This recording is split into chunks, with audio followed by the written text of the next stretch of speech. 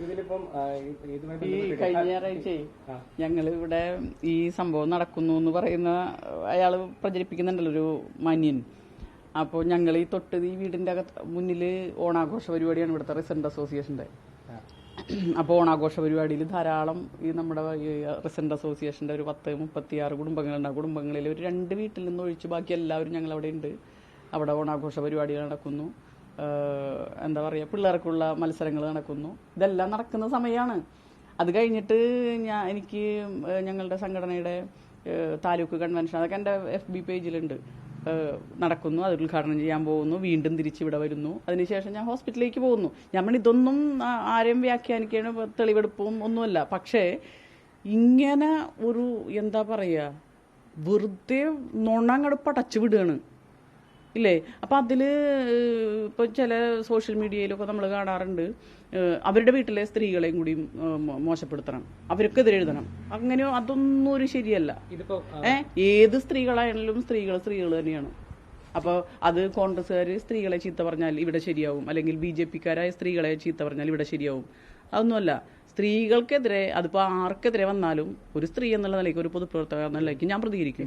CPM നേതാവ് അല്ലെങ്കിൽ CPM പ്രവർത്തകർക്കെതിരെ എന്നുള്ളതല്ല, ഒരു സ്ത്രീ രാഷ്ട്രീയ പ്രവർത്തകർക്കെതിരെ എന്നാണ് നിങ്ങളിപ്പോൾ മനസ്സിലാക്കുന്നത്, ഇതിനെ കണക്കാക്കുന്നത് അല്ലേ? അതെ, അതിപ്പോ ഇപ്പുറത്ത് നിന്നിട്ട് സ്ത്രീകളെ മോശമായിട്ട് ചിത്രീകരിക്കുക, എന്നിട്ട് അവരെ താറടിച്ച് കാണിക്കുക, അവരെ മോശപ്പെടുത്തുക. അപ്പൊ അതൊന്നും ഒരു പരിഹാരം അതെല്ലാ കാലത്തും ഉണ്ടായിട്ടുണ്ട് സമൂഹത്തിൽ.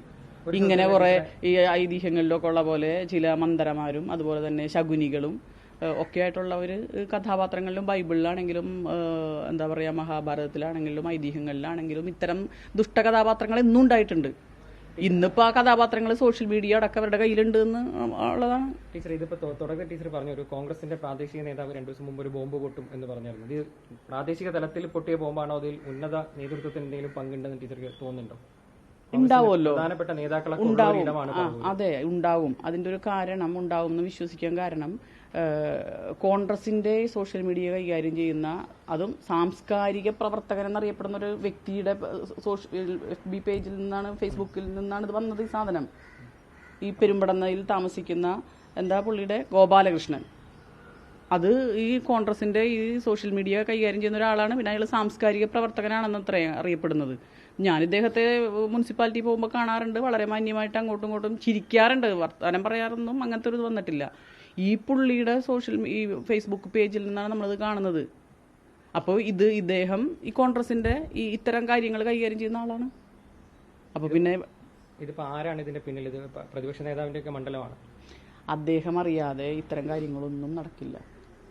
അദ്ദേഹം അറിയാതെ നടക്കില്ല എന്നുള്ള പൂർണ്ണ വിശ്വാസമുണ്ട്. അല്ലെങ്കിൽ അദ്ദേഹം അത് അവരെ വിളിക്കണമായിരുന്നു. ഇതിങ്ങനെ ഒരു ദിവസം വന്നു കഴിഞ്ഞാൽ അങ്ങനെ അവിചാരിതമായി വന്ന സാധനമാണെങ്കിൽ അപ്പം തന്നെ അതെന്താ ചെയ്തത്, അതെന്താ ശരിയല്ലല്ലോ, അതിന്റെ സ്റ്റോപ്പ് ചെയ്യുമായിരുന്നില്ലേ. പക്ഷെ അതിന്റെ പിന്നാലെ ഈ സാധനം ക്രിയേറ്റ് ചെയ്ത് വെച്ചിരിക്കുകയായിരുന്നു എന്ന് തന്നെയാണ് ബോധ്യം. അതിനുശേഷം ഓരോന്നോരോന്ന് ചിത്രങ്ങളായി വരുന്നു.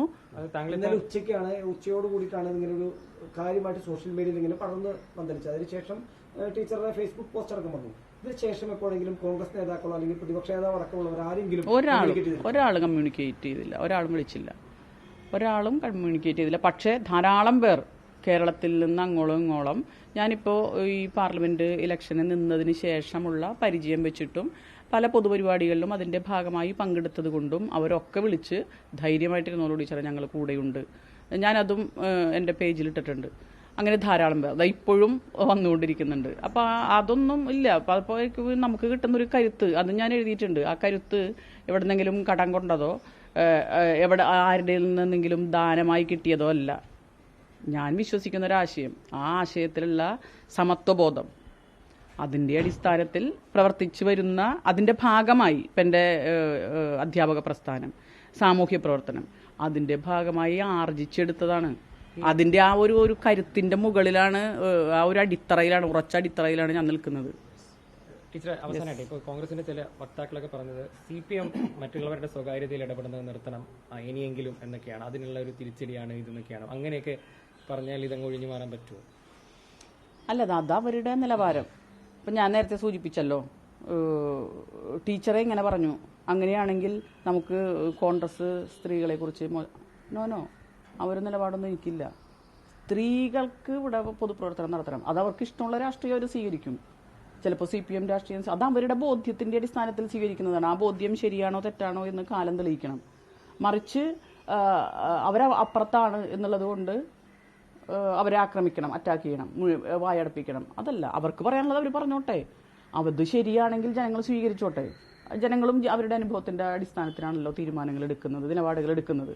അതിനെ ചിലപ്പോൾ ഒരുപക്ഷെ മാനിപ്പുലേറ്റ് ചെയ്യാനും അതിനെ എന്താ പറയുക തലതിരിച്ചിടാനും ഒക്കെ മാധ്യമങ്ങളടക്കം കൊണ്ട് ചിലപ്പോൾ അത് തെറ്റിപ്പോണ്ടാവാം. പക്ഷേ അനുഭവങ്ങളുടെ വെളിച്ചത്തിൽ ജനങ്ങൾ കൃത്യമായ തീരുമാനമെടുക്കും. അതുപോലെ തന്നെ സ്ത്രീകളെ ഇവിടെ ആക്രമിച്ചു എന്നാൽ പിന്നെ അവിടെ ആക്രമിക്കാം. നോ, അവരെല്ലാം പൊതുരംഗത്ത് അതേപോലെ നിൽക്കേണ്ട സ്ത്രീകളാണ്, ഉയർന്നു പോകേണ്ട സ്ത്രീകളാണ്.